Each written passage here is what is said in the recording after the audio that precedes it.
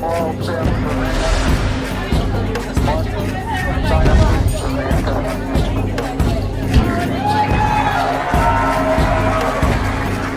Let's go. And now we're going to do the UnFuckIt discussion. So everyone, you can turn your cameras back on. We're going to turn your cameras back on. Hold on. I've lost my chat. Where's the chat? There's the chat. Found the chat again.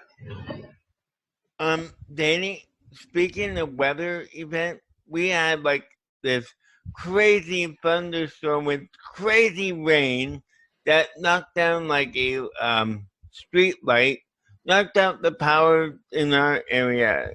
Several areas around the city, had power out for like 4 hours, I want to say. And yeah, it was crazy. Well, Romania, where Fred is, over there in Romania, they have had they had a supercell tornado touchdown, record-breaking windstorms yet again, and now I think Fred was saying earlier they finally got the thunder and lightning to go along with all the rest of that. Plus, they're having like blistering hot heat.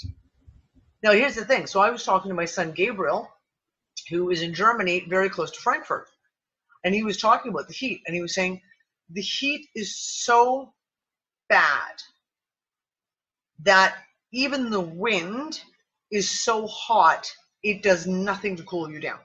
And he said, you step out on your balcony and you like hope for a breath of a breeze. And he's like, even the wind that's hitting you is just hot. And the very thought of having to go outside in the sunshine is enough to make you want to cry. It's that bad. All over Europe right now, it's staggering, the heat waves in Europe at the moment. And there's going to be a lot of fallout from it. So, of course, what happens with heat waves, people crank all their air conditioners, their fans, etc., and it takes the power grid down. This is a real common thing, especially in areas of Europe where they're not used to this kind of heat. They don't have the setup for it. I don't know if you guys watched the whole thing, Mexico and that frickin' ice flood that they had in Mexico. That's insanity. 5 foot deep in areas.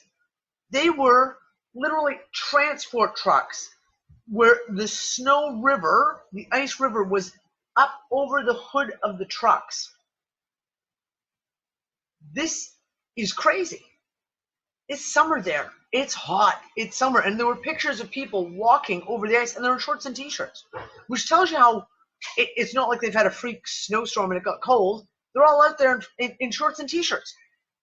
And yet they're walking on 4 and 5 foot deep of compacted ice from this river, this hailstorm that they had.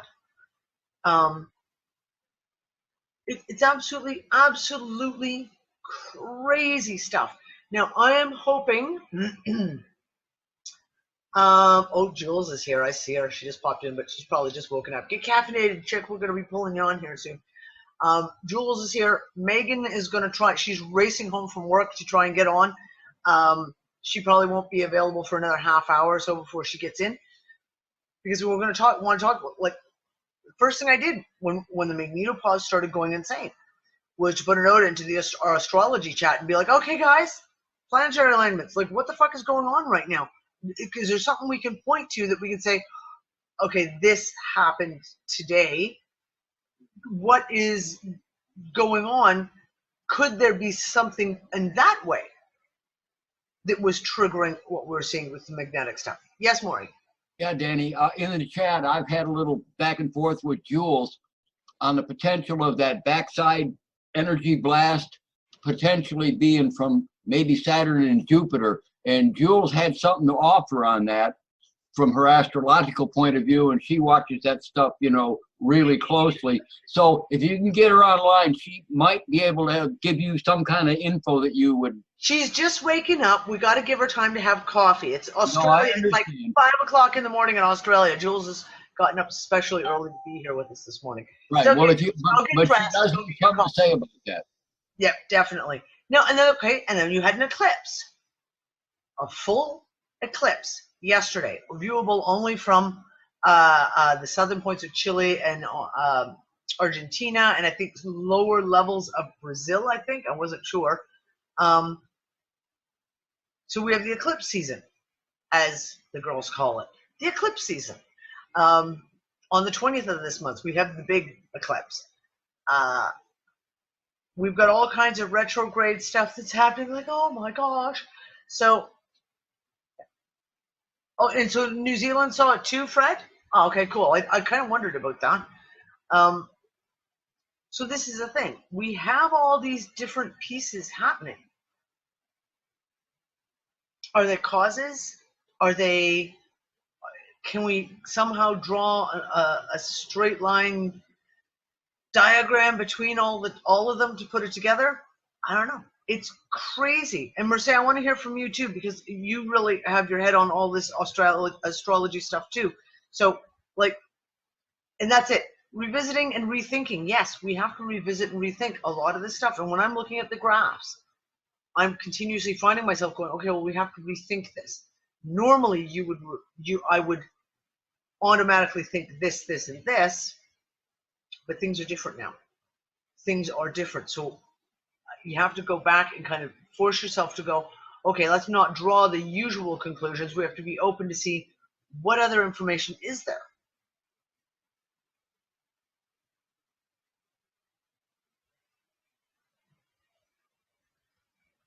Oh, well, Clive, you need to tune in on Saturday morning then. The next of the Astrology 2.0, the Wave series, starts this Saturday morning, 11 a.m. for you and I, Cliff. And we're doing the silent generation first, which is, if I remember, 1923 to 1945. This is beginners. Well, I'm not going to call it beginners. No. But the ladies are really awesome about being able to explain things in very simple terminology, about being able to put it out there in a way that, in a picturesque way that we can grasp the information easier. And that's, I love it. when they get talking in our private chat, it's all Greek to me because they're talking to each other, and then it's like, oof, way over my head. Especially when they start talking the mathematics and angles and shit like that. You're like, oh man, I don't want to go back to high school math. But yeah, we're going to be doing that Saturday morning. So it'll be the first one is going to be the silent wave. Remind me. I will send you a message and remind you. I promise. Hey, Clive. Clive, I'll get you eventually. Hey, Clive, they actually do speak English, mostly. So I'm kind of like you in that, when they get technical, I don't know what the hell they're talking about, but they do interpret it pretty damn good, all three of them. So, and Danny included. Great stuff. But yeah, you can understand it. Love. Great. Remind me, Nanny. I will, darling. It's 11 o'clock in the morning for us on Saturday morning. So Deb, this is really interesting. So and that's why I wish Megan was here, because Megan has got a lot more, she gets into the Eastern astrology and stuff like this a lot. Deb was saying, I saw something about us moving out of the Kali Yuga from the dark side to the light, and that volcanoes, harsh weathers, comets, and will occur as we're moving through the eras. The only problem I have is the fact that you cannot even get the professionals in India to agree on when the Kali Yuga starts, when it ends, what cycle it's on, where it's on. It's all very... I went through this, I guess, about 6-7 years ago, because I had a really good friend of mine who was really heavily into the Eastern astrology.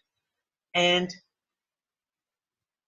she was getting into an argument with another friend of hers, and they were arguing about the Yuga, and I was like, okay, guys, break it down. What are you talking about? It was like, well, because it depends on if you interpret this passage here, whether it means the cycle is this long or whether it means the cycle is this long, because if it's only this long, then that means we're not even in Kali Yuga yet.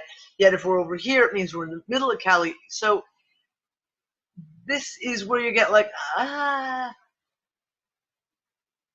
it's you know me, I like exacts. I kind of like things put out and laid out nice and neatly.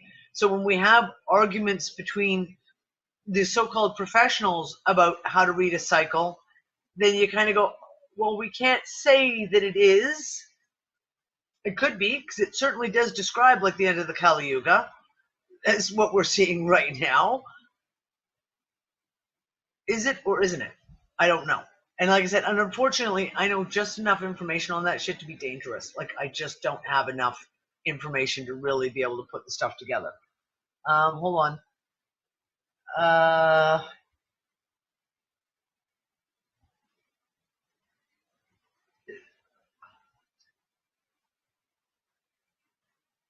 Yeah, and Deb, that's exactly it. But the problem is, Deb just said the guy talking said he is arguing with the Vedic folks. Someone figured out the time frames, and the Vedic peoples are following are incorrect calendars inflicted by the churches or something along those lines. Absolutely. Calendars are fake. We don't even know what fucking year it is right now. We can all say it's 2019. Is it really 2019? Because I got enough evidence that of shit that happened in the 17 and 1600s that says, yeah, no, it's not 2019. Because these guys literally were chopping up years and Xing out all kinds of stuff. So we don't even know what year it is. So this is one of those things when we start talking about calendars, it becomes very, very difficult. Even to the point of, the Mayan calendar and the arguments that were made then. And I've talked about this a couple of times. That there was, in August of 2012, I read a brilliant article by a guy who is, and I can't remember the word for it, it's someone who studies calendars and dates. There's a fancy word for it. I can't remember what the word is. This guy's a professional, teaches at universities, the whole thing. And he wrote this brilliant article. And he said, yes, you can say that the calendar, the Mayan calendar ends that cycle and December 21st, 2012. And he was like, but, and again, he started pointing out, and he had really well researched, where we know that dates had been screwed with and that our calendar was not correct. And he came up with a date. And I have searched for this article for years, and I cannot find it anymore. Because he came up with a date that at the time, reading it in August of 2012, it was years from now, i.e., 2018, 2019, 2020, something along those lines. Enough to make you go, no, not that far away. So when we talk about calendars, it becomes really, really difficult to be able to pinpoint something like this. This is why I have a lot of questions, and this is why I get into the big questions about things like, what year are we even in right now? And I think I got into this a lot, I think was it last week? Going back to this whole idea that in 2012 that we looped out of somewhere, and maybe we're not in 2019. Maybe we're in some area of time that is outside of time, or that we have plopped back down in January of this year, and maybe we're technically linearly in 2013. I don't know. And how would we tell? How would we actually tell? Unless you could go back and get someone to find the ancient Greek astronomy records and then play something like that forward, comparing it to our planetary alignments now. Could we do that somehow? Could someone actually do that if they had enough knowledge? I have no idea. Yeah, Deb, we're in the upside down, inside out, fucked up, inverted mirror world. Yes. A la Stranger Things, which starts tomorrow. Speaking of Stranger Things and mirrored universes, we are in the upside down. We just finished watching Stranger Things. Literally, we just watched the whole first 2 seasons this last month, and that was one of the things. One of my daughter turned to me and was like, "I think we're in the upside down. I don't think we're in the right side up anymore. I think we're in the upside down now." Where can you watch Stranger Things? Is it on Netflix? Will it be coming on Netflix? Yes. Yeah, it's Netflix original. Yeah, it's a Netflix original, so it'll be on Netflix.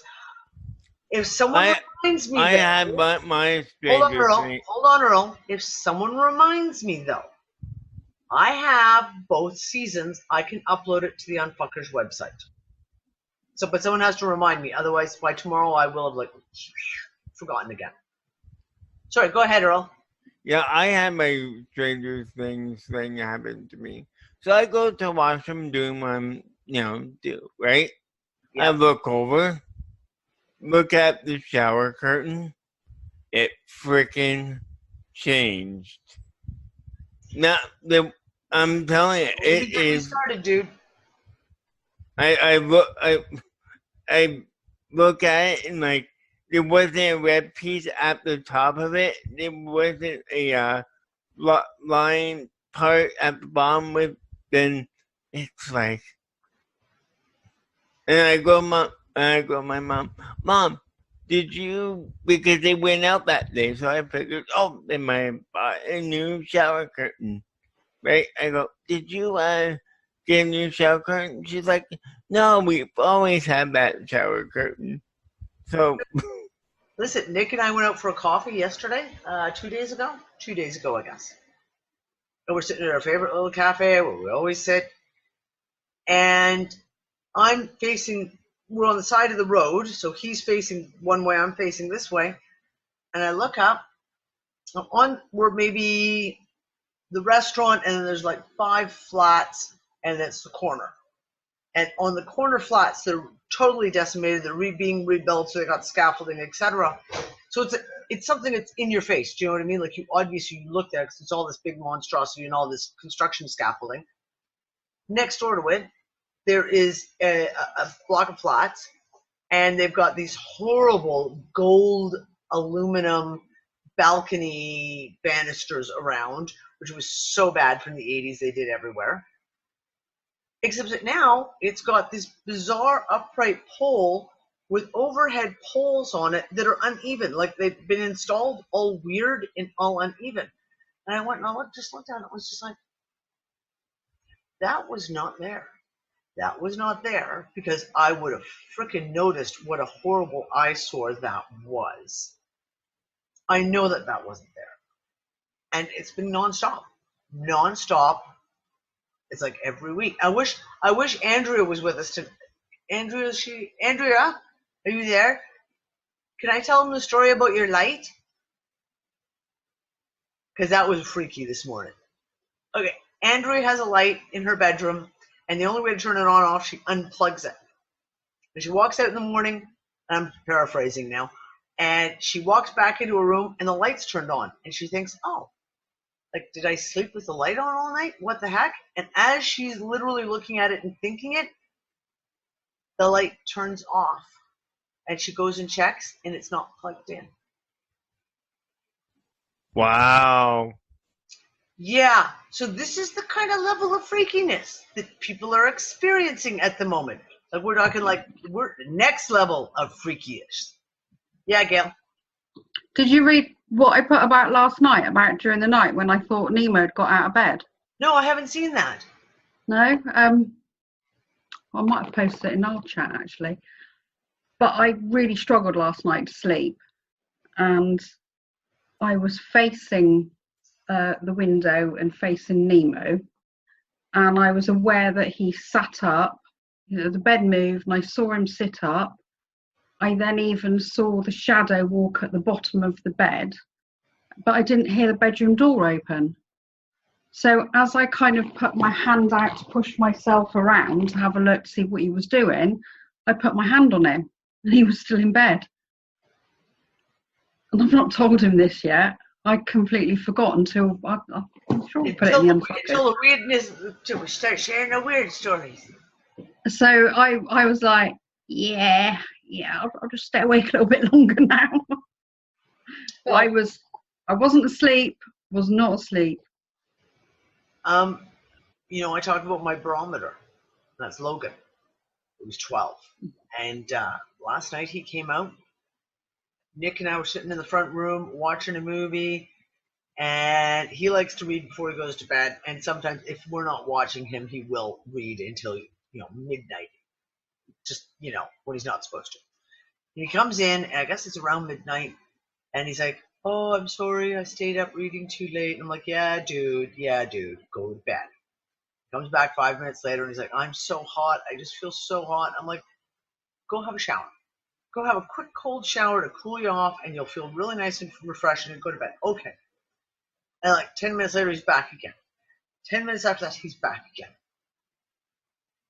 Finally, I sat down and talked to him, and he's really upset. Like, you can tell. Like, he's like, dog. Tears kind of in his eyes, and he's like, Mommy, I feel like I've got butterflies in my stomach, and I feel kind of scared, and I feel really nervous, and I don't know why. So I got him into his bed, and I tucked him in. I got him to put on his shungite that he likes to wear, and the things he was saying is just so not him. Like, the things he was afraid of, like there was something in his closet, there was something under his bed, and that's so not Logan. So not him to have that kind of fear. I got him settled in my room, and he slept in my room. But the same thing, like, he was so overwhelmed last night.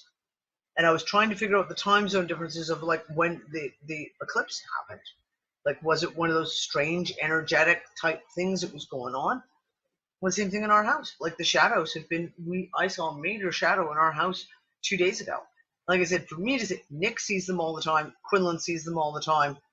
It's just an everyday thing for them. When I see them, it's a pretty major thing because I don't see them very often. And it was literally watching it, like, literally go right down through the whole house. Then you sit there and you go, I don't know. I just don't. And then yeah, Pamela, we're talking about an overlap of dimensions happening. When you see things like a light being turned on, but it's not plugged in, you feel like Gail, like you're sure that Nemo's gotten up and left the bed, and yet he's still right there.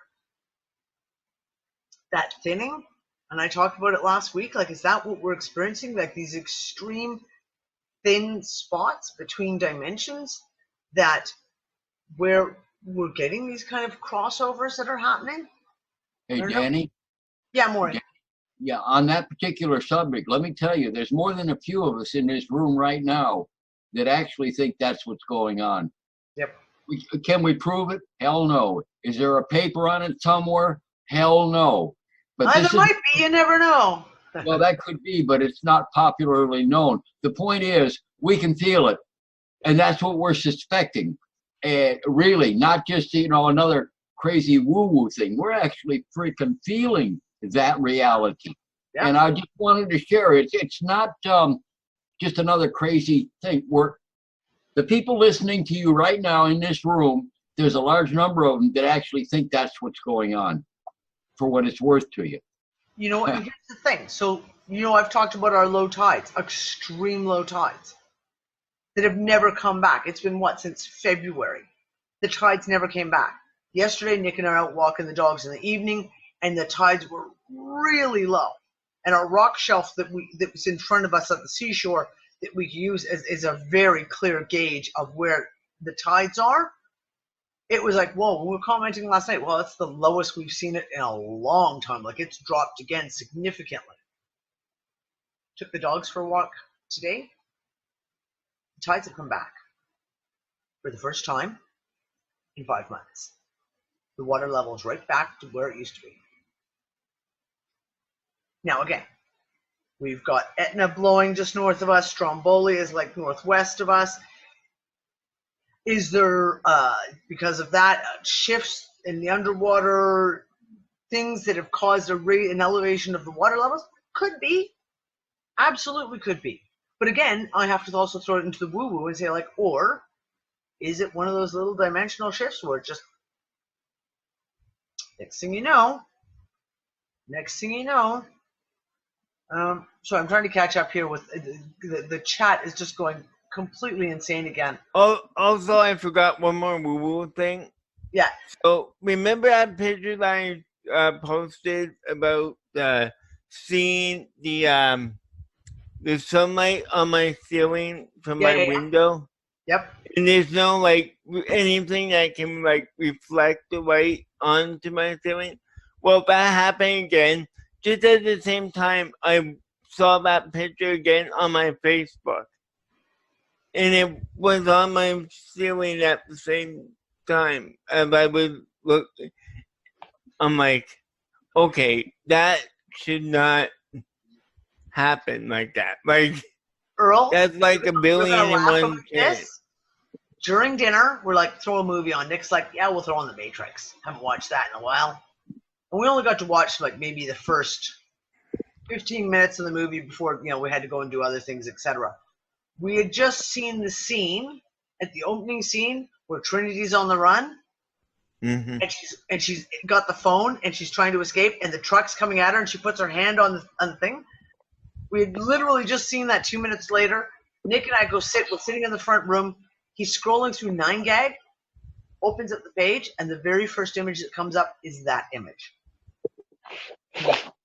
Like that image in a meme. And we're just like, and we both looked at each other and just laughed. Like you just laugh and go like, oh, you know, just the way the world works nowadays. Hold on, I'm good.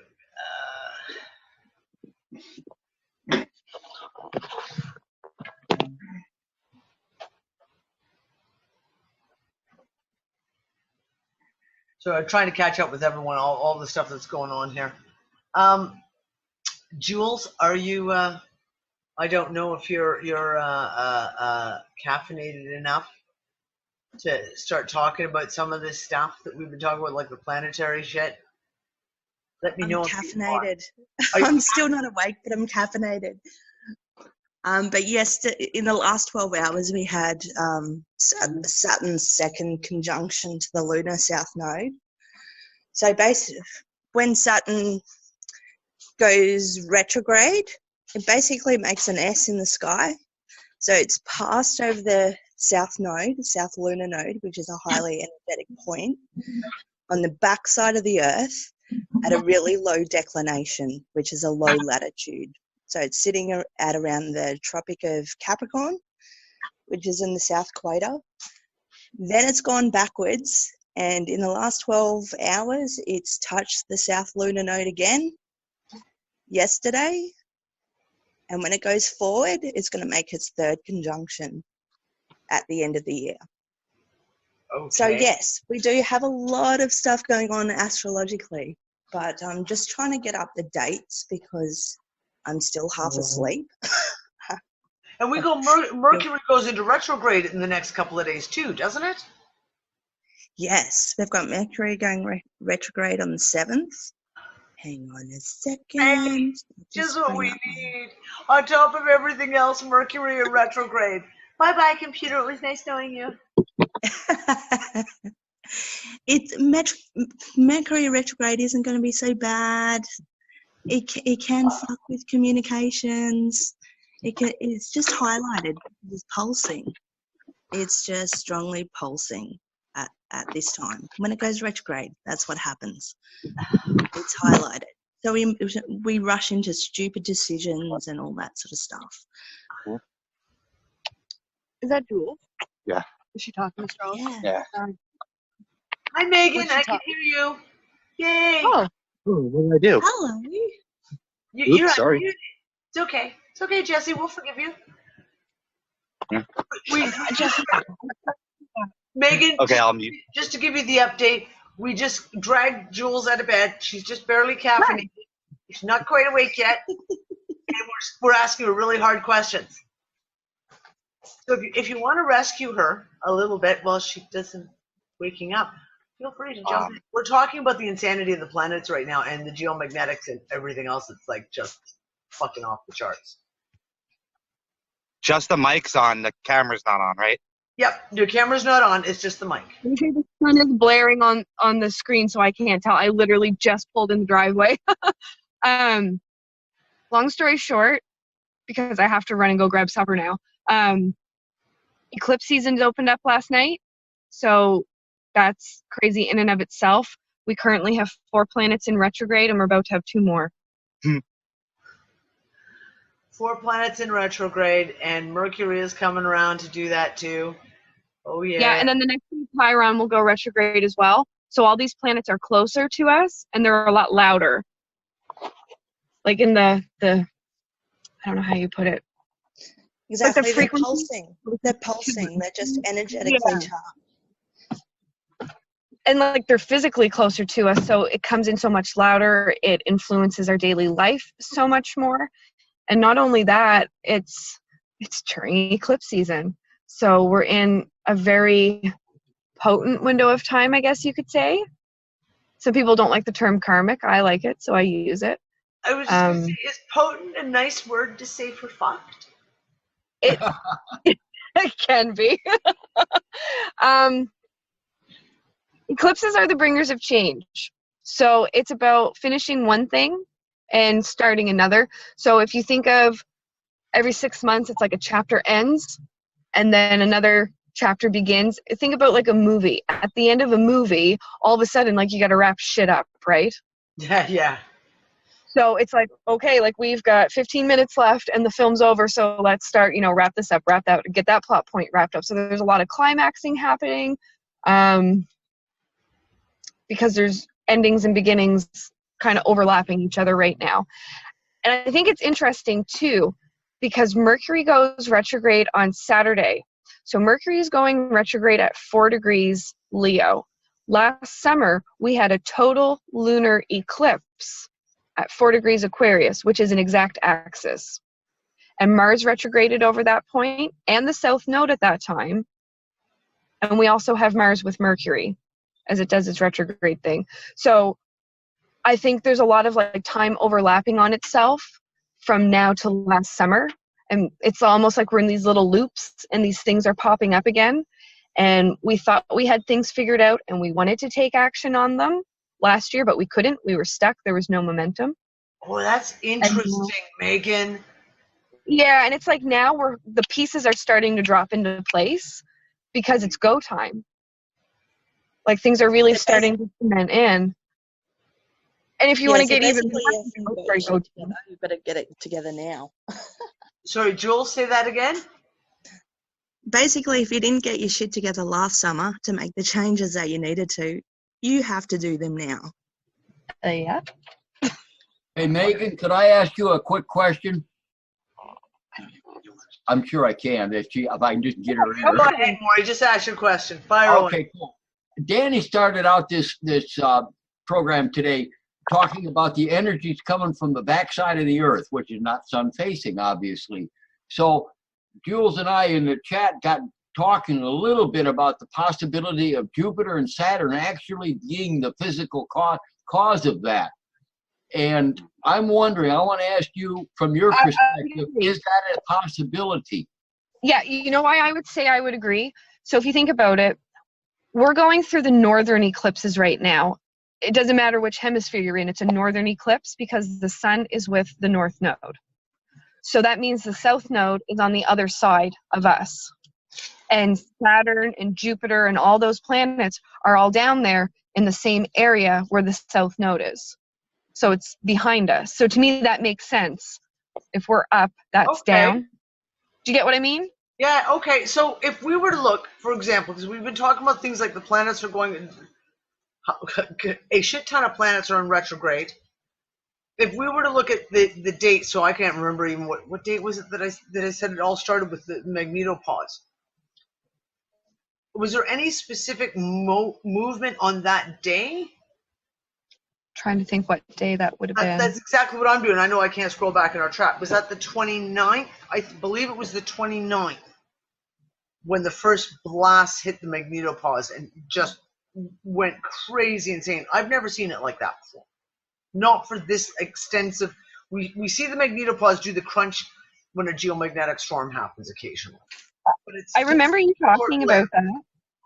And I remember us being like, yeah, it was this. But off the top of my head, just give me a sec, though. I'm just pulling up the quick I was just saying, Megan, that Saturn made its second conjunction to the South Node in the last 12 hours. Yeah, and so it's going to be when it makes the three conjunctions, one's forward, one's backward, and then once again, it's made its second conjunction to the South Node yesterday. yesterday on the 3rd. Yeah, it's been conjunct by the degree, and on the tomorrow, it's actually right to the minute, I think. Yeah. Or is it today? Today, tomorrow. It's like at this point in time, depending on where you are on the planet. Well, like I said, because this is always interesting when I look at this stuff, because I always think of, like I say, for me, astrology is electric planet universe, is the electric universe, right? Like this, it is exactly those connections that we talk about in electric universe theory. That's astrology. Like, as in all these things are moving, and as they move, they connect with each other and they make connections.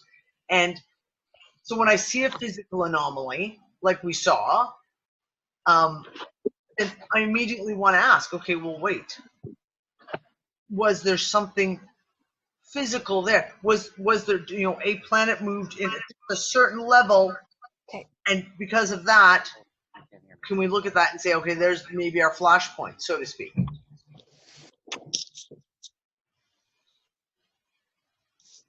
Yeah, Mercedes, we all watched Jupiter Ascending. What was it, last spring? Last spring we all watched Jupiter Ascending together, all the unfuckers together. I want to watch that movie so bad, and the storyline looks so cool, but I can't get past the bad acting. Every time, I'm just like, I can't do this. Suck it up, Buttercup. Just watch it for the story. Just watch it for the story. It's one of those movies. It's got some heavy-duty pieces. And I always find it interesting that it's Jupiter. Like Jupiter plays this role in that. Yeah, and Moksha, I always look at that whole thing about, like I keep Nibiru on the table. The concept of Planet X, Nibiru, whatever you want to call it, as being an unknown factor that is interacting with all these other planets, with our planet, with our sun. I can't throw that off the table. I cannot throw that off the table. We just don't have enough information, and we have enough information to make it a valid hypothesis. It is a valid hypothesis that has to be looked at. Like I said, they announced that system years ago. They did. It's called the TRAPPIST system. Yep. The TRAPPIST system is it is all those what you're talking about. They just got all these names out there to confuse you. Exactly. They use confusing names. They use confusing jargon. They put the information out there and let it just sit there. And as I've always I've always said, we know that by their rules, and the quintessential their rules, they have to give us notice. But there's nothing any rules that tells them how they have to give us notice. So they put out an article that's like you say about that. I remember all the information about the TRAPPIST system, and all of us going, the TRAPPIST system, TRAPPIST, because that's not just highly questionable in and of itself, the name it's been given. It has to be put on the table. We have to keep these things on. Now, the other one was another piece came, somebody help me, how did he say it? The big asteroid, maybe a spaceship, that came into our solar system, the big long cigar shaped thing. It sounds like a Hawaiian name. It starts with O-H or O-U. Oh my God, it's gone right out of my head. Why can't I remember the name of that? There's been another announcement on that one, and they just keep feeding that one. It's been now like a year and a half of this information about how there's this thing that came into our solar system, and it's doing things that an asteroid doesn't do, and it must be Oumuamua or something like that, Joanna. Exactly. It's something like that. It's not acting like an asteroid. It's acting like it's slowing down, picking up speed, changing directions, like it's a spaceship. I was watching the David Wilcock thing about that, and from what he said is that supposedly the secret space program, blah blah blah, is going to be sending a reporter up there at some point in time you show them this graph, then it's going to be sent back to us, you know, showing what this supposedly is. So that's what I've heard. And you know, great. Like, this is one of those things you throw it on the table and you go, okay. What do we know about it? We know the drips and drabs that they tell us, the little hints that they hint around the edges of what is this craft. Is it a craft? Well, it sounds an awful lot like a craft to me when you put all the articles together and read about how it's slowing down, speeding up, changing directions.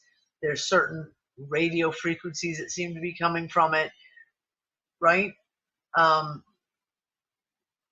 Sorry, guys. Again, I'm trying to catch up with what's going on here. Yeah, it acts like a damn ship. Exactly. And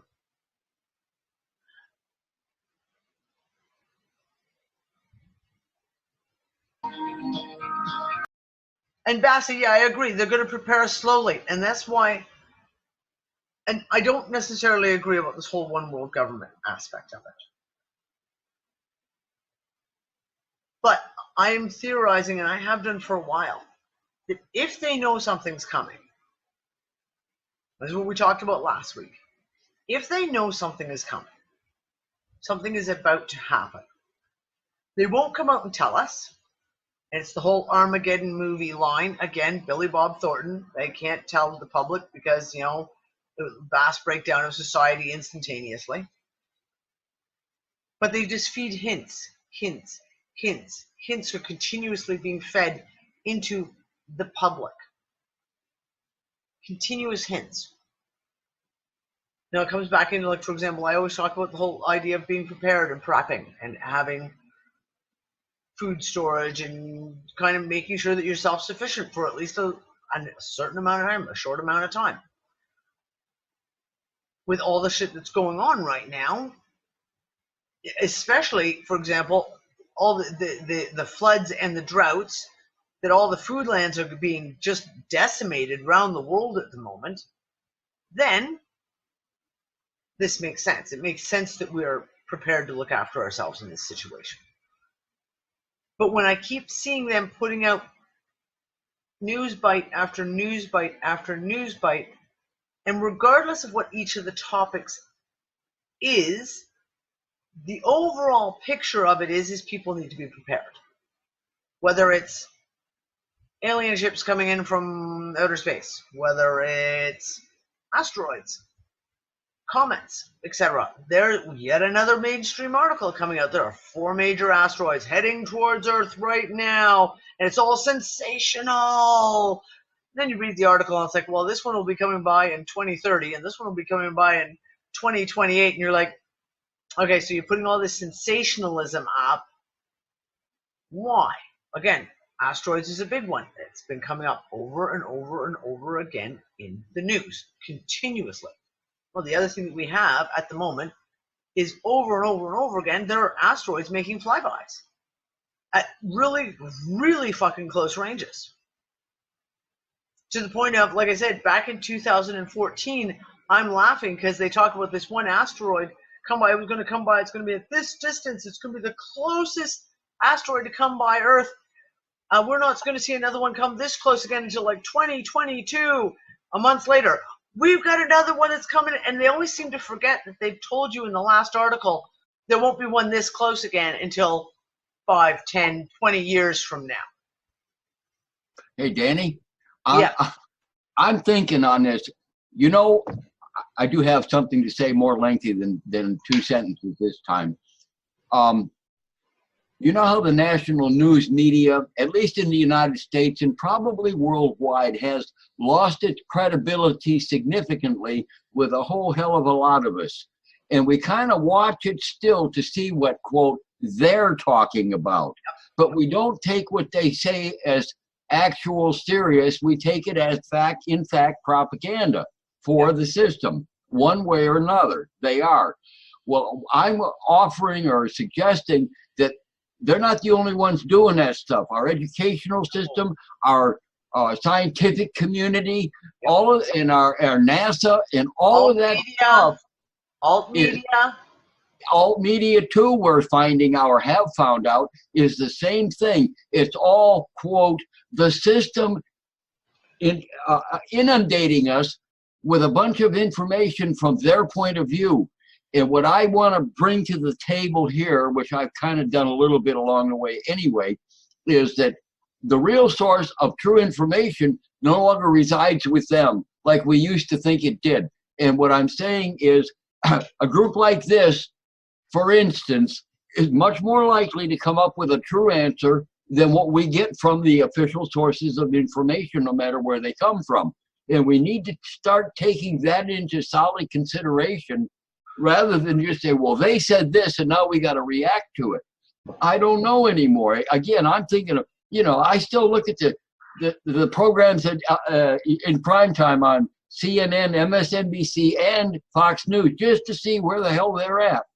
And it's going so crazy, it's unbelievable. Well, I'm offering the same shit's going on in the scientific community and military community and intelligence, everybody. They're all doing the same damn thing from different angles, approaching different types of people. I throw that out on the table to really say, well, that is a possibility, by God, because I think it is. Okay, so here's the thing now, and more going on exactly what you're talking about us as a group, the Unfuckers group, which I take the experiences, the personal experiences of the people in Unfuckers far more seriously than anything I hear in the alt media, anything I hear in the mainstream media, because I know you people. I know everyone.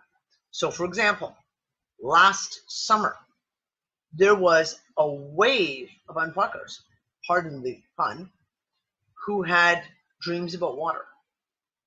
Dreams about tidal waves, tsunamis, dreams about floods, dreams about seeing all of these things happen. There was a huge amount. And it was night after night, and someone would post it and be like, oh my God, so did I. I had this dream, and it was like this, and it was like this, and it was like this. I take those very seriously. I take those very, very seriously. When you have a whole group of people who I consider to be pretty intuitive within themselves, when they all have these kind of sequences of events. Within my own family, same thing. When I have dreams or I have a dream, and like two of my kids have dreams that I can see a connection of the dots there between those dreams, I take those very seriously. And if you look at the water dreams, what do we have right now? Floods fucking everywhere. I had a dream just after we came back from Australia, where I was looking out. I was taken to a window in a building, and I was taken to a window by a woman, and she made me look out of the window. And I was watching this huge flood of water just come across, and it was like a very large basin of land. And there were buildings, there was a factory, there was all this kind of stuff. And I just watched this water come in. And it wasn't like a tsunami, it was just a massive flood of water. And I watched it happen, and I was like, where is that though? Is there, in your secondary self, watching yourself in the dream going, is there a physical point in this dream that I can see that would allow me to know where this is taking place or when this is taking place? And I couldn't analyze when or where it was, but I knew that was like I was being shown, here's this picture of all this water flooding in. And the whole factory was washed away. There was an airfield, and the airfield was getting flooded out and washed away. I take these things seriously. Okay, Pamela, we're going to just jump here a little bit. Pamela just said, I've been having dreams of massive ships in the sky. Okay. This is another one of those sets of dreams. It's a dream set. And I call them, I talk about them I kind of keep them filed away as if you have your water set, with all the sets of dreams that have to do with floods, that have to do with water, being in the water, seeing water, etc. And the ship set is another one of those sets. Now, I've had a similar dream that I have seen. Each time the dream is different, but the sequence of events runs the same, of seeing a line of ships in the sky. And just a huge line of them coming in. I haven't had those dreams since 2015. I had one 2 weeks ago. I'd have to wake me up out of a dead sleep and go, well, isn't that interesting? I haven't had one of those dreams in a long, long time. I mentioned it to a couple of friends. Sure enough, within my groups of friends, several of them had dreams that had ships in them. Pamela talking about, yes, and it seems so real. Yes, like you're seeing it, like you're there and you're actually watching it happen. Now, my thing is, every single time I have this dream, I have the exact same reaction every single time. And there's no fear. There's no, oh my God. Every single time it's like, well, what the fuck took you so long? It's about fucking time. Literally. And that is my instant emotional response every time I see them in the dream.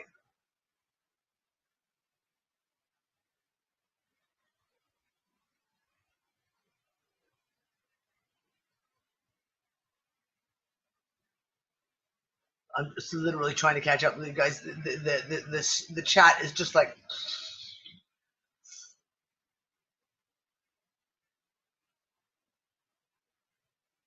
yeah, everyone's talking about the various dreams that they've had on all these lines, all along these lines.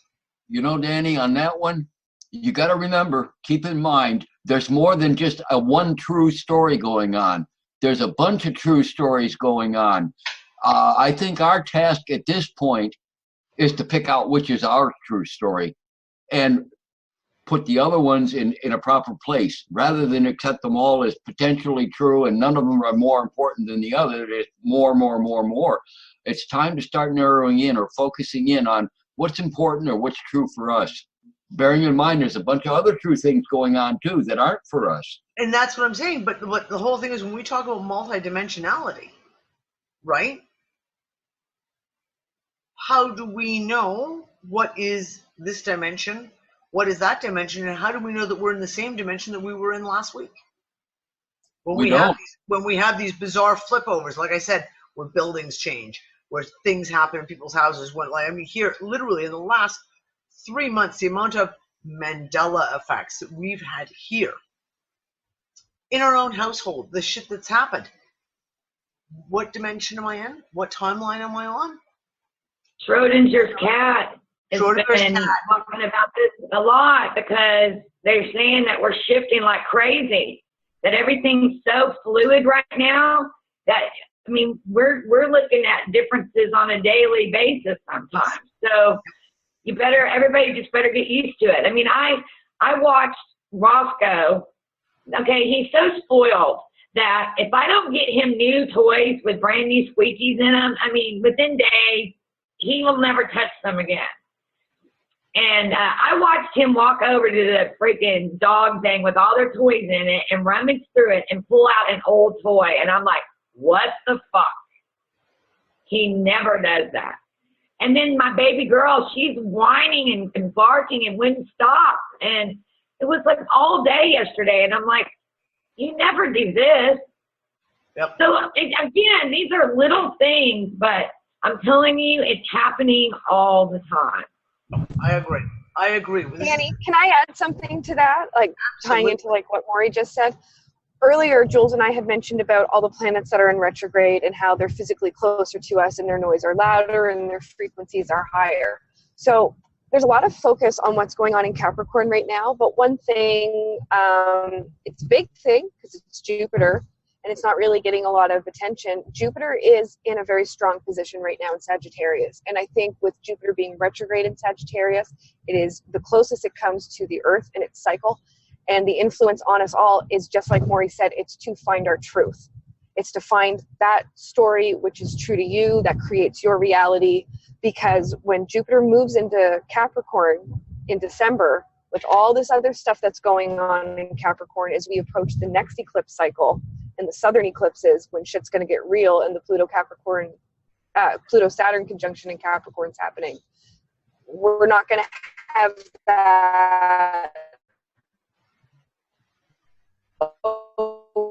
We're losing you, Megan. Okay, everything is malleable and things are going to get. Can you hear me now? Yeah. So you're gonna have to say. You said we're not gonna have that, and then we lost you. Since we're not going to have Jupiter in Sagittarius anymore, it's going to click over into Capricorn with all these other energies that are playing like these major cycles out. We're not going to have that malleability anymore, and we're not going to have, I think that's part of the Mandela effects that are escalating with Jupiter close to us and having such a profound influence. Things are changing, like it's so shifty, but things are going to cement into place. And if you don't pick your truth, then you're going to have something that's not your truth cement into your life. Yeah. Bingo. Come December. It's time to take control of your own point of view, and whatever that is, which, you know, it's going to be unique and individual and similar to a lot of other people and dissimilar to a whole bunch of other people after that. But yeah, it's time to actually say, I got to make a damn decision.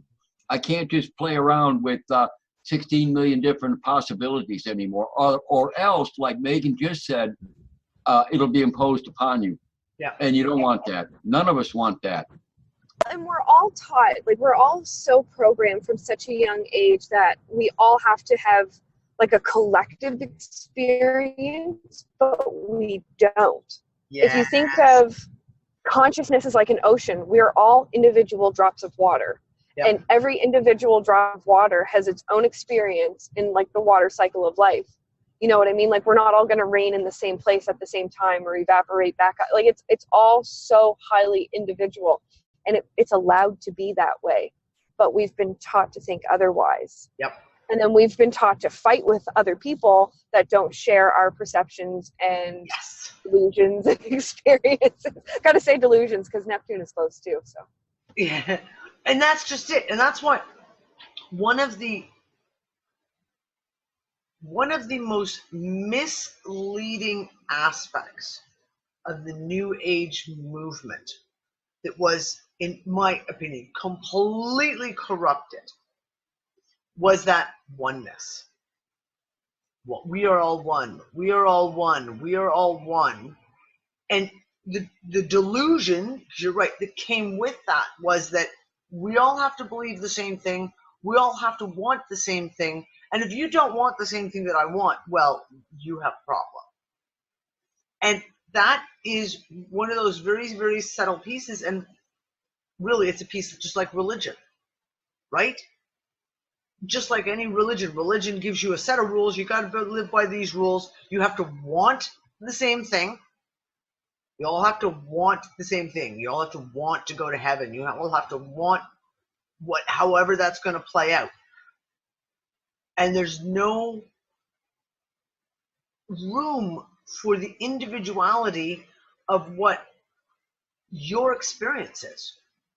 Your experience is nothing, because it all comes back to there's this one thing that's going to tell you what the rules are, and that's it. And you can't go beyond that one thing that tells you those rules. Very, very interesting. If you can't go beyond that one thing, then you can't claim your own personal power, and you're much more pliable. So exactly, you just follow the rules. Shut up, be a good girl. Follow the rules. Mm-hmm. Don't do really well with rules. And don't look for things that fit outside of the box, and don't ask questions, and don't ruffle any feathers. And Yep. I agree. I'll give you something on that one. You guys all know that 6 of us, 6 frickin' unfuckers, spent a week together in Sedona, Arizona last week. Listen, we're all diverse. None of us are identical. But you wouldn't believe how wonderful it was to get along with each other. And we brought our uniqueness to the table. We allowed each other to be who they are. It was so great. And that's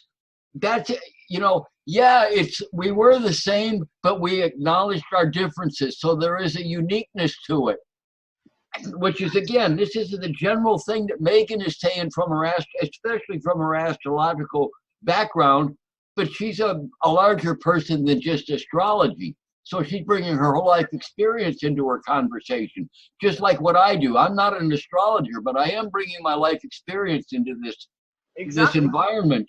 And I try the best I can to communicate as quickly as I can on the subject. The whole point is, I want to say there's a beauty in diversity, but we can all sit in the same room and we can all sit at the same table and we can have a wonderful time together, even though we don't see it identical to one another. Exactly. You follow the thought process I'm trying to share, I hope. Exactly. Yes, Maury. May I say short something?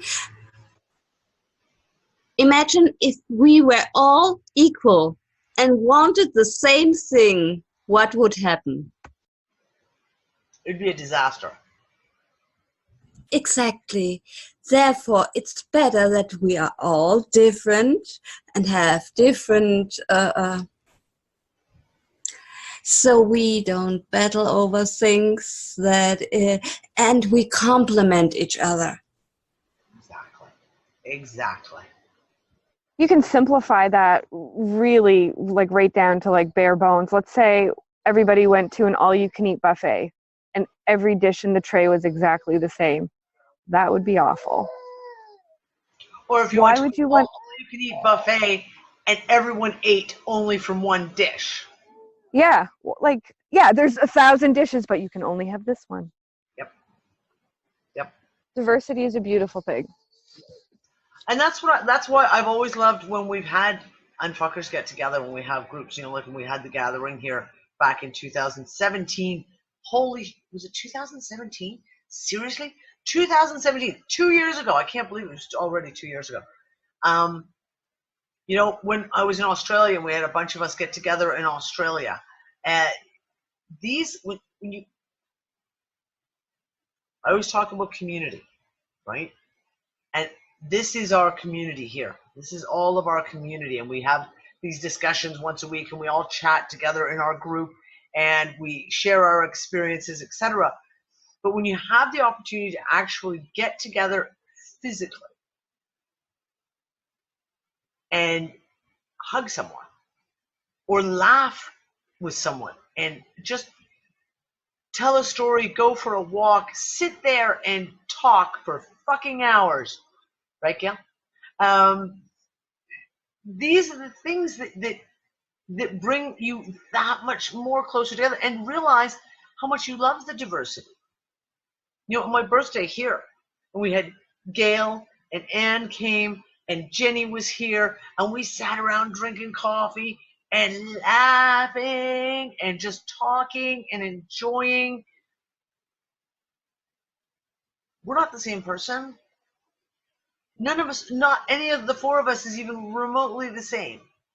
We don't even believe the same things. Like, we all have our own little bits and pieces, things that resonate with one that don't, you know. It doesn't matter when you're together, because you're just there, and you can accept that each of us is different and unique, and we all bring a unique perspective to the table, which is why no one's one opinion is any more important than anyone else's opinion. That's why I love these discussions when we get everyone in here talking like we are tonight, is everyone brings perspectives to the table that helps us all see better. It helps us open up our own perspective to see it from someone else's view. Someone else can maybe explain something that we didn't really understand before, and then you go, oh, I get it now. Holy shit, I get it, because someone else's perspective was able to lend clarity to something that's going on. And that's what it's about. And I love the just the ability to come together with a group, even if you haven't met them in person yet. But the trust that we all have with each other is so amazing, and it's just right off the bat. I mean, it's just like we never missed a beat. Yep. And I love experiencing that. Yep. And that's exactly it. Is like, I've always been kind of pissed off when people would make it would always be things. Someone like my dad would be like, your internet friends aren't really your friends. If you haven't met them in real life, they can't really be your friends, blah, blah, blah, blah, blah. And I always say fucking bullshit. Because it's, for example, the very first time I met Ann and Gail in physicality during the Unfuckers gathering in 2017. It was like meeting your best friends that you've known for fucking years, and you're just, and you can sit there and go, blah, and just talk. There's no awkwardness. Because you already know each other so well that it's like seeing an old friend that you haven't seen for a long time, maybe, but it's there. The connections are already there. And that's why I'm always encouraging people, get together, arrange a meeting. Like, it's summertime now. Find out who's in your state, who's in your province, who's in relatively near to you, and arrange gatherings, even if it's just for one day. And you're just going to get a gang together to just go out for lunch or go to a park or go to a beach or a picnic or something. Just fucking do it, because you won't be the same afterwards. I swear, you will not be the same afterwards. It changes everything. Right, Star? It changes everything. And Maury's just howling, laughing now. And it changes you. When all of a sudden you're in physicality with a group of people who you can just be yourself with, who you know, and you can have the deepest discussions on whatever topic you want, and you know that those people are not going to judge you. You don't have to be fearful of, oh my God, what are they going to think if I talk about this? It doesn't happen that way. So yeah, we need another Gozo Unfuckers gathering. Definitely need another Gozo Unfuckers gathering. It's got to happen, and soon. And Dawn, you're going to get your ass here. I swear to cow, you're going to get your ass here. Hey, Danny, the one thing that I've noticed, and I've met a few unfuckers personally now, thanks to Dawn primarily. I have to say that again. If it wasn't for her, I wouldn't have done it. I know it. But I did do it. And I got to tell you, the one thing that is uniform amongst every one of them I've met, every one of them, they bring integrity to the table. They don't come with an agenda. They don't come with a game plan to work something on anybody. They're honest and open, and they listen. They come with open minds. They come with open hearts. Yep. That is Open what hearts. they're about. They're not about the bullshit of the upward mobility world that's so evident everywhere you look, external to yourself. And it's just a wonder. It's great. It's freaking. I told my daughter just the other day at lunch with her, I said, this last 3 years for me has been the best thing I ever did in my whole damn life. And I'm an old fucker now. I mean, you know, by your timelines. You're not an old fucker. You just wear your gray hair as a disguise. Yeah, well, I could do like the girls and turn it orange or some shit, but okay. Let's add in that there have been moments, you know, like in Lake Lure, where, you know, when people are going through things, you know, other unfuckers can see it pretty clearly. Kind of amazing how that works when everyone's in the same room. Yeah. We've experienced that too. So, absolutely. It's interesting. I mean, you know, there have been key moments like with Star and other people that I won't mention, but that they needed us around them for that week in a powerful way. And we didn't even know it. You know, some of it. Yep. You know, and that's how we got to meet Teresa, because Teresa came in and saved the day with Maury because he went AWOL from the fucking hospital. And I'm way up in Candler picking up Gypsy, and I'm about to have a heart attack because he's wandering around telling me how weak he is. And I'm like, you got to get a car. How far would they take you? And I'm like, ah. And then here comes Teresa to the rescue. Right in there. Another unfucker. This shows right Yeah, up. dude. No problem. I got this situation. I can fix this. It was great, man. She saved my ass because I was sweating it. Well, I'm sitting right here, who we have on screen right now. Dawn, you have 2 windows open, I've just realized. Oh, I do. I'm sorry. I have one in my office. Wait, there's Dawn too. So you've got Star, me, Maury, Gypsy, Dawn, Gail, and Anna have all met other unfuckers in groups. Like, have all gotten together in some group somewhere along the lines, and we haven't met all of us. Each other haven't met each other, but we've all kind of those interconnections there were people that we've all met. Yep. And certain unfuckers that I will not name, but she knows who I'm speaking about, It's helped me work through some shit and seen a pretty tough side of me too. But a side that needed to come out to be cleared. And Spirit chose a certain moment for that. And it really rerouted.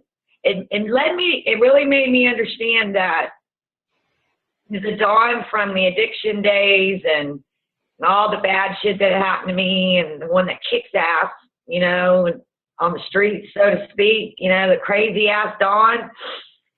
I used to shove that Dawn down and didn't think highly of that Dawn, but I became aware that I was doing that. And then I was able to incorporate that Dawn because there's a place and a time for that Dawn. There's a time and a place for that. Yep, absolutely. And this particular person helped me get through that and see that. And that was a big part of my healing. Yep.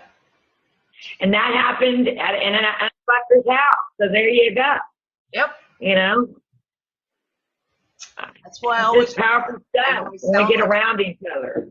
I know I sound like a broken record, and I'm always saying it, unfuckers, you got to do what you can to make arrangements to meet up with each other, because it will change your life. It will. Exactly. It's not even just unfuckers as in within our group. I'm talking about reaching out to other people, like-minded people, and get together.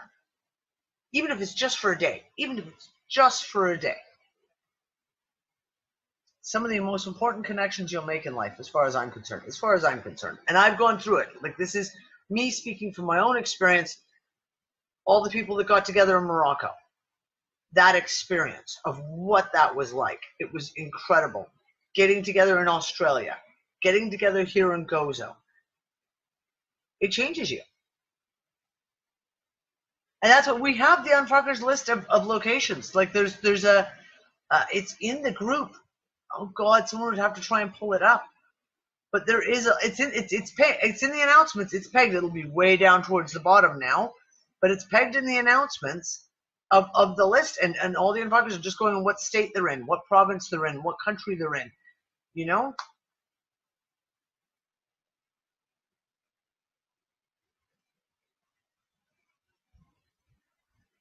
Yeah, I know, and that's how, Andrea, that's always the problem, is passports is a pain in the fucking ass, and trying to do international travel is a huge problem. I torture Dawn regularly about getting her ass out of America to come over here and visit me in Gozo regularly. I've been for years. But, okay, well, you know, if that doesn't happen, you can still meet people who are within your country, right? And in Europe, there's no excuse. Like, seriously, everyone in Europe, there's no excuse. All you need is your ID card to travel in Europe, so you don't even need a passport. Except for Fred, who's fucked.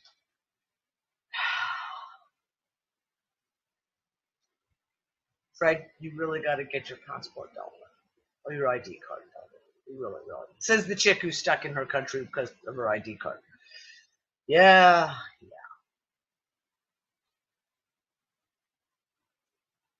I was going to say real quick too, is like, I'm like, I have this like inner, like this little conflict within myself. I love flying. I enjoy flying. I hadn't flown in so long. It's like, I even told him, like, when I got off the plane, it was like, yeah, pleasant flight or great flight, because it all went well. It's like, yeah, it's like there's the little process of getting, past the, you know what, to find your gate. It's like, God.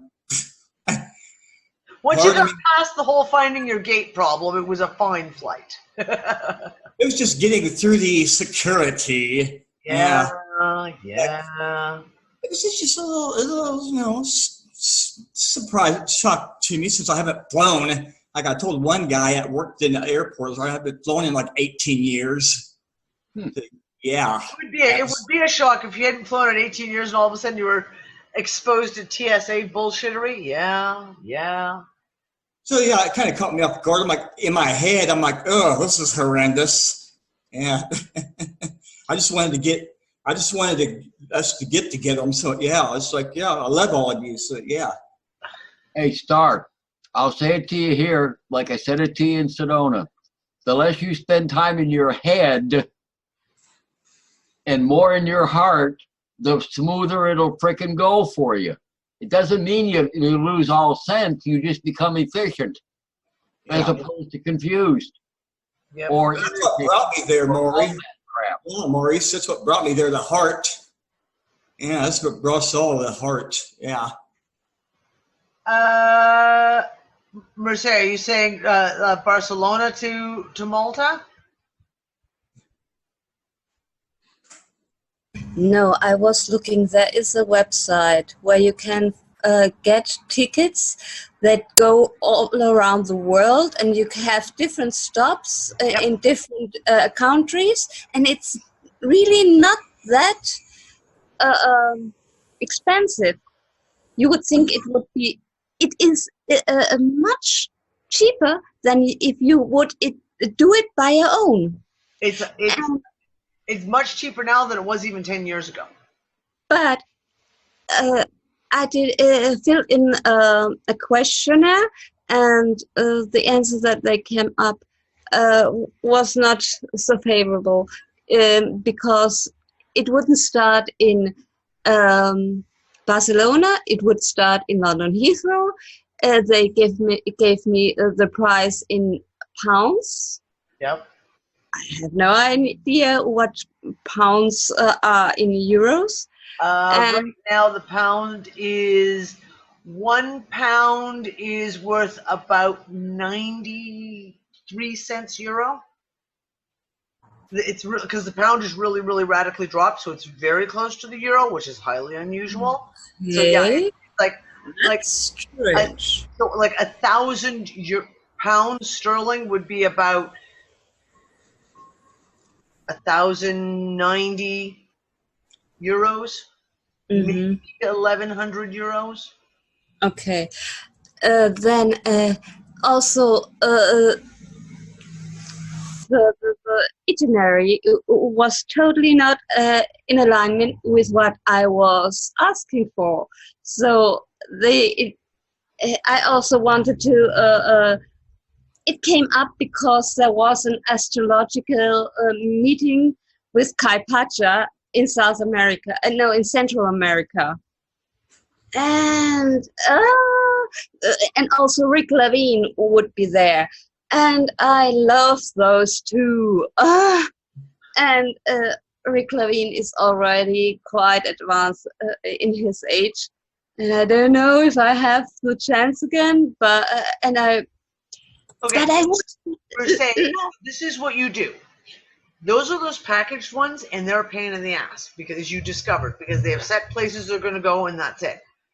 If you go to even a website like cheapoair.com and you click multi-cities, you can literally go and set your own itinerary. That's how I got us from Morocco to Australia.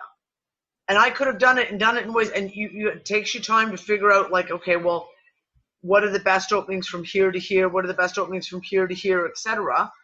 And you can go through and you can get some screaming good deals. Could you spell that in the chat? Yeah, I'll type it Because in. I have no idea how.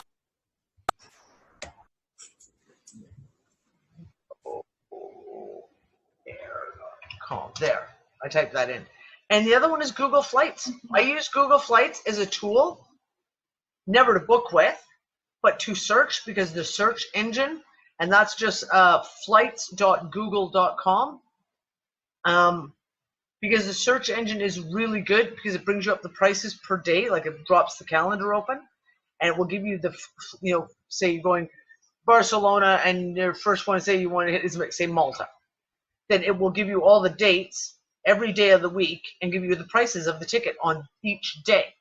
So you can go, oh, well, if I go 3 days earlier, I get it for like 200 euros cheaper. So you book that, and then you go, okay, you want to go from Malta to, say, New Zealand or wherever. Then you can start to play with the dates and do it that way. And then once you have those flights, then you can actually take it to an itinerary and get someone to actually do the ticket for you. That's how I research everything, and I have all the city codes memorized now, and I know what airlines in Europe. I know what airlines fly into what cities and how much it costs, and Thank you. So perhaps, it was only for the 2nd of July, where it was. They had the tickets for this astrological meeting cheaper. Therefore, now it will be only if I find a really, really cheap flight, I might go there. If you need help tomorrow, just drop me a message, love, and I'll do what I can to help you. I'm pretty good at fucking finding flights for everyone. I'm pretty good at being able to surf all the flights thing to find the deals. Thank you, Danny. No problem, darling. No problem. See, now we're doing a travel advisory show. We started off as the meteorological and the physics show, and we've done astrology, and now we're doing travel. Anyone want to throw a new topic on the table just to really fuck everyone up?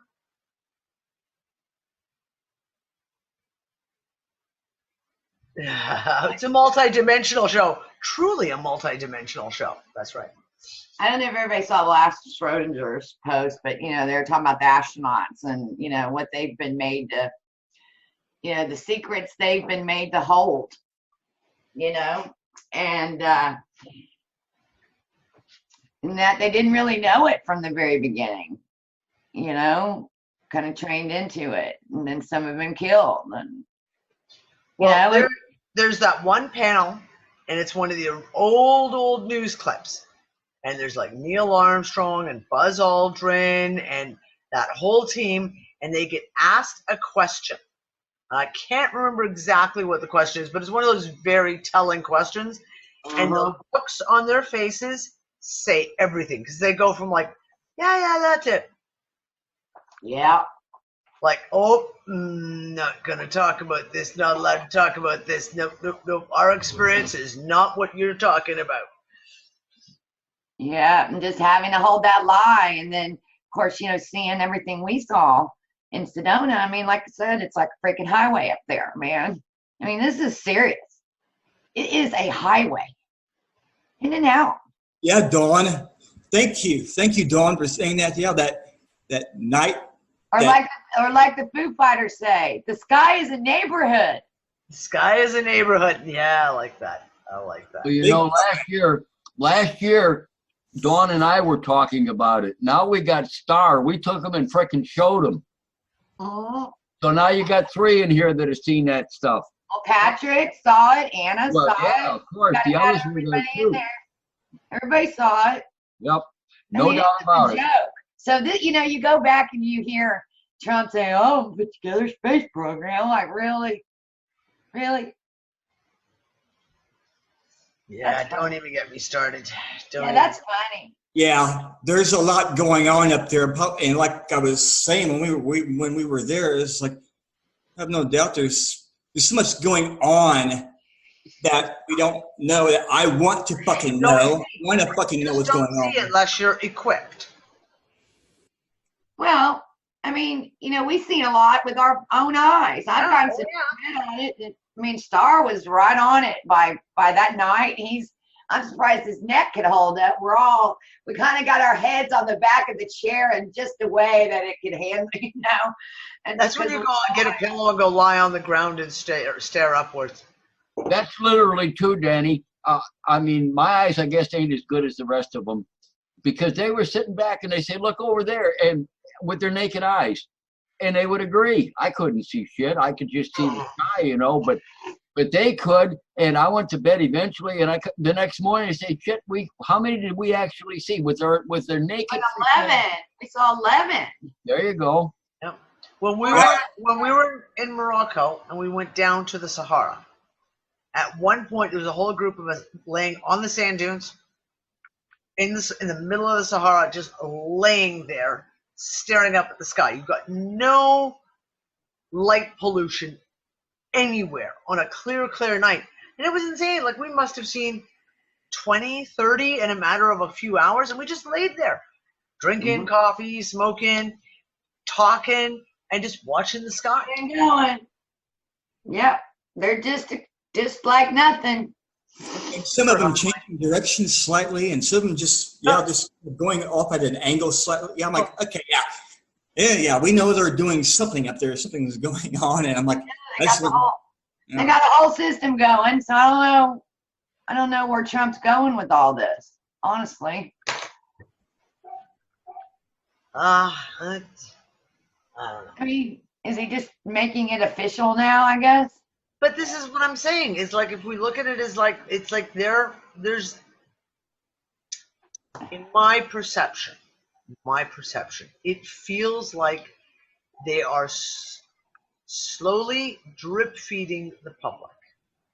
Drip feeding, a little more, on multiple subjects, right? On multiple. So you've got like the whole UFO, first contact, aliens, that aspect. You've got things like in the science and the quantum science, things like the questioning our reality of like, what exactly is this reality we're in? We're again dripping it out, little articles, little bits and pieces, where you start to, like think about multidimensionality, multiple universes, multiple timelines is now a subject that is commonly talked about on TV shows. Commonly talked about on TV shows. People talking about split timelines, etc., etc. And to me, I honestly think it is just quite literally drip feeding it into the psyche of the public, because they know something is coming. And they're not going to. And it's like, if you have all these little pieces dripped in, even from the mainstream media that no one trusts anymore, even from fictional TV shows, etc., people will be more prepared, if you will. And that's what I think it is. Like I said, the UFO stuff, there's been almost nothing. We talked about this last week. There's been almost nothing on the UFO stuff for the last 5 years. And now all of a sudden, it's all anyone's talking about. Mainstream, Trump even making comments about fucking UFOs. Yeah, that's a big one for me. Hey, Danny, you have personal firsthand testimony from Star and Dawn that they saw it with their naked eyes. Yeah. So that has more weight, I would say, than anything you see on the national media. I can tell you myself, Maury, for years. I've been looking at the sky and spotting ships myself for 25, 30 years. So you're not crazy. Exactly. You're not crazy. And because the mainstream doesn't acknowledge it, doesn't discount the fact that you experienced it. No, and that's what I'm saying. I think right now, they are drip feeding it into the public because you can't ignore it. Hide it anymore. They can't hide it anymore. Therefore, they've got to start preparing the public at a certain level.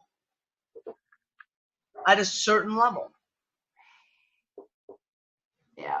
Yeah, because they don't have a choice. It's just a shame that it's like the lie, the perpetuated lies and stuff. It's like it's sort of it's like these children that can't stop lying. And so it's like now they have to fess up, and then it's us that we're already ahead of the game, if you will. And like, duh. We're like, duh. Yeah. I don't know, I think in the past they've just hit the reset button whenever we've gotten real close to things. And I'm not going to say you're wrong, Dawn. I'm certainly not going to say you're wrong. I also feel that the reset button can't be hit. It's not going to happen this time. No. And maybe that's what they've finally realized. That's what I think. Yeah. I think they've been trying to hit that reset button for many years now. And they want to buy time. That's why we're having all these issues with time. They keep fucking with it. And I'm sure the higher forces have those things are coming in too. So that we're kind of going, and it's just a craziness, but it makes you have to really ground yourself and know yourself. Yep. And then you'll start noticing stupid little things that are out of whack, and you just know, and it gets easier, really. You just, I mean, we're very fortunate that we get to experience this. Yep. In a conscious way. Well, I don't know. I still have my moments, John, where I disagree.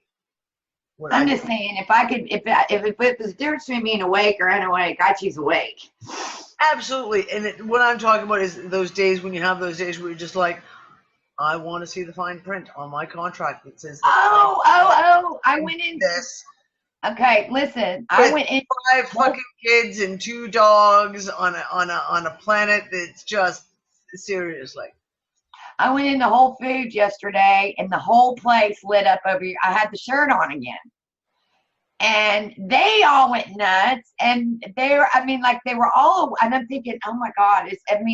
Like we were just talking about this, and now, so I told you I went in Starbucks, and that happened. It's like all of a sudden, everywhere I go, when I wear that shirt is like, bing.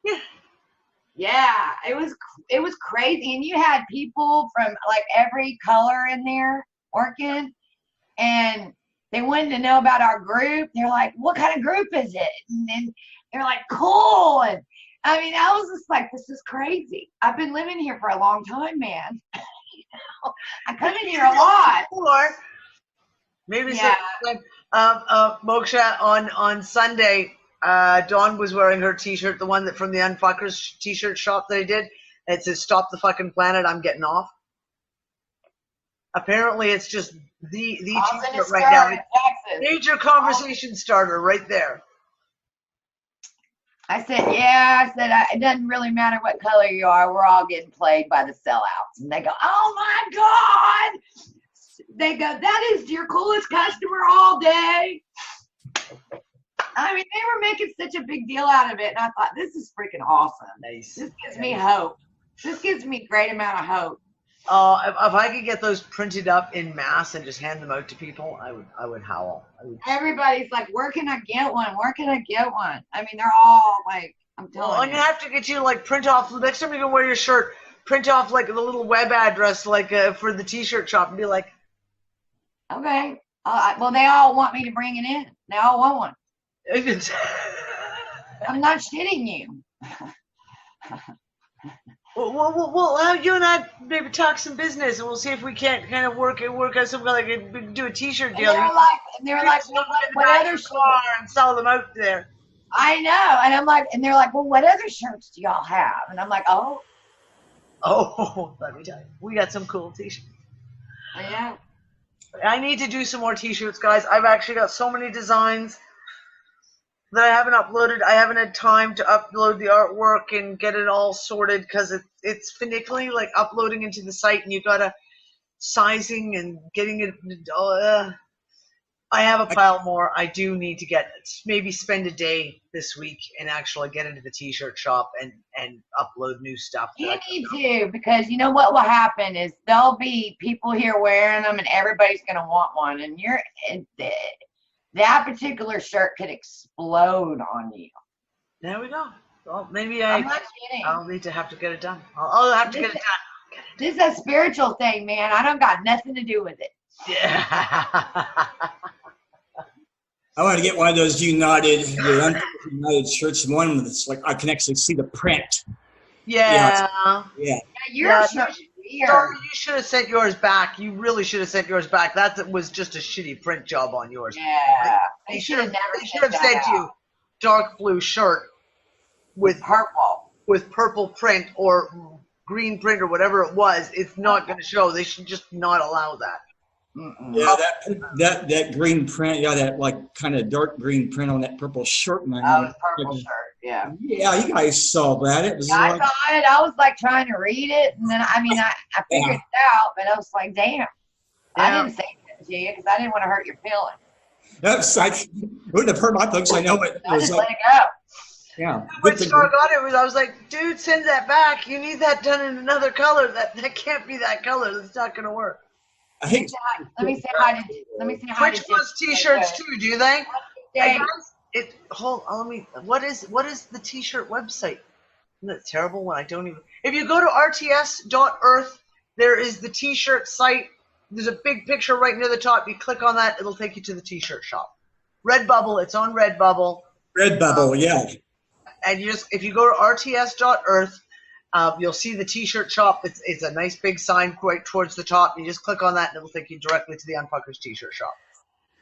And I will get in there and get some more designs done. Like I said, I've got a shit ton. I've also got a bunch of fandom t-shirts that I've designed for my kids that they're all like, everyone I've seen the designs have been like, you have to sell those. I never thought of fandom as being a thing that I would put, but apparently I'm going to. So I'll get those uploaded too. For all our supernatural fans. Hey, Gypsy. Glad to see you on here, girl. So guys, we're winding down the show for now. We have the astrology show Saturday morning. For you guys in North America, you're going to have to either stay up late or wake up real freaking early. This Saturday, July 6th at 11 a.m. Central European Time, which is 5 a.m. Eastern. Sorry, guys. It's the only time all of us can get together from Australia, Malaysia, Eastern Canada, and Europe. It's the only time zone that's going to work. And poor John has to get up in the middle of the night to use that one. It'll be the first of the waves. We did the introduction to the waves. This will be the first one, which is going to be silent waves, which is going to be dealing with the generation of 1923 to 1945. Right, girls? I'm pretty sure that was, I think that was the 1928, sorry, 1928 to 1945. That's the silent wave. It's the first one we're going to be doing, and Amina's not here. I don't know if you, there we go. Yeah, the not so silent wave. Jules, from this point on, because we had the 3 weeks, I think the schedule is every 2 weeks, isn't it, for the rest of the shows?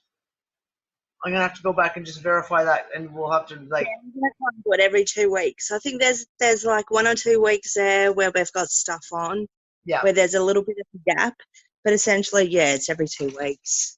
So it's going to be every 2 weeks as we go through each of the generations. It'll be the boomers next, the Generation X, Generation Y, Generation Z, and Generation Alpha.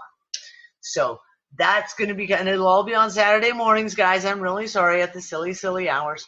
And you guys can watch the recordings, though. It'll be out later on the same day.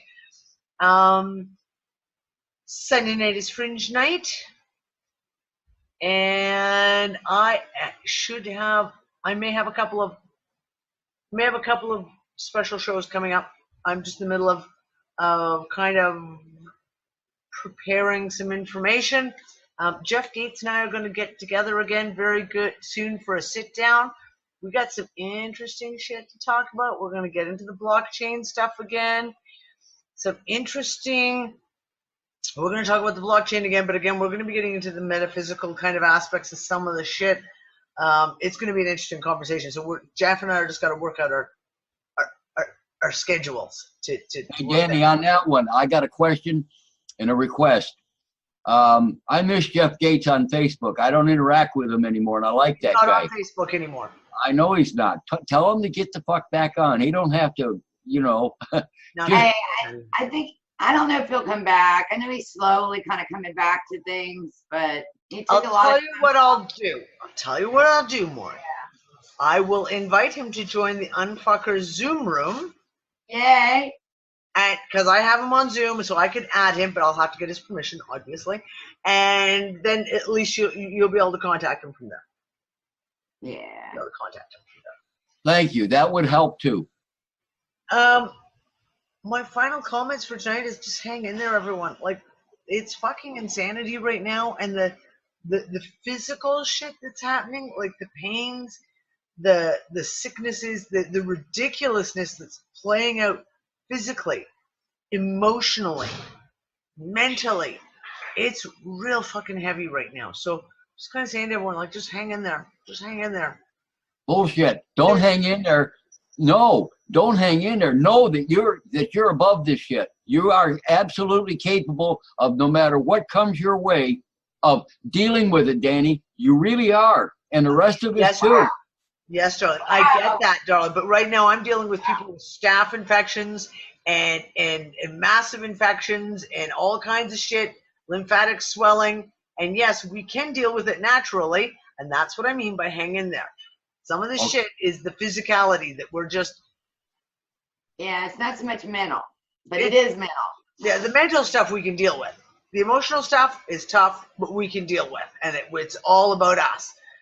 Some of this physical shit that's playing out right now, not so fucking nice. Okay. So let me throw something in. If we are shifting, and it's real fluid right now, keep in mind that there are other versions of ourselves. We may be interacting with that and are merging with that. And I just say keep an open mind that you don't get too caught up, because every day I get up, the first thing I do when I get up, and I'll look around, I'll go, okay. Am I in the right room? I mean, I've made it kind of fun for myself in some ways, because you see how I'm smiling, because it's so nutso that it's just, I guess it's all in how you look at it. So just kind of, I mean, y'all know how sick I got. I almost died this last year. I told you I felt a merge happen to me in my shower. I mean, it can be intense, but whatever it is, I think that's part of it.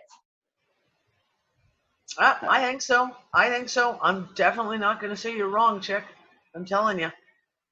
Well, in one word, the message that Dawn and I are speaking, and we're both speaking in our own ways, there's hope, and it's positive. It isn't defeatist and holy shit. So just keep that in the back of your mind. At least two of them in here are verbally about it. I just say love yourself. Yeah, love yourself through it, because you may be merging with another version of you, and for me, I'm like, okay, Gypsy, you just made me laugh. I say bad words when I wake up. Yeah, Gypsy. That's me. I don't know, the last week my bad words have been, why the fuck does this hurt so bad? Getting out of bed going, oh fuck, oh, I'm broken. Oh, who beat me while I was sleeping last night? That's been most of my I've been doing that all week since Sedona. This is my first good day. Actually, today was pretty good for me too, I have to admit, although I slept until 10 o'clock. The last 2 mornings I've slept until 10 o'clock in the morning. And I haven't gone to bed late. I've been going to bed at like midnight, 1 o'clock in the morning, which is pretty early for me. And 10 o'clock in the morning, I was like, what the hell is this? Yep. I woke up, I said that this morning, I was like, damn, I feel pretty good. What the hell? Well, I feel fresher than I had. I mean, I feel a little bit, I've gotten sleep. Yeah. Good. I mean, it's like, it's like, I told myself, like, it's like that whole cycle thing of even like once you can sleep type of thing. Like even when I was in Sedona, it's not obviously the same energetic feeling, but the fact is that, like 5 to 6 hours, so I feel better than I physically and mentally. And it's, mention the emotional part. Yeah. The mental part, not a biggie. The emotional part, it's, the shaman cave popped in my head again. Jeez. It's in the mental vault anyways, but yeah. Anyway, That's why you don't see me haven't seen me on PocketNet in the early mornings. Actually, the last couple of days, I've hardly been on PocketNet because I've been so fucking busy. I joked today on there going, oh, look, I've been busy for 36 hours. I'm now 975 posts behind. Oops. Okay, guys. Well, that's it for us for tonight. I want to say thank you to everyone for being here. We had such a great conversation. Say good night to Twitchland out there. Good night, Twitchland. We'll see you guys all later. Don't forget the Silent Wave Saturday morning. Okay, I'll talk to you guys. Bye. That's one small step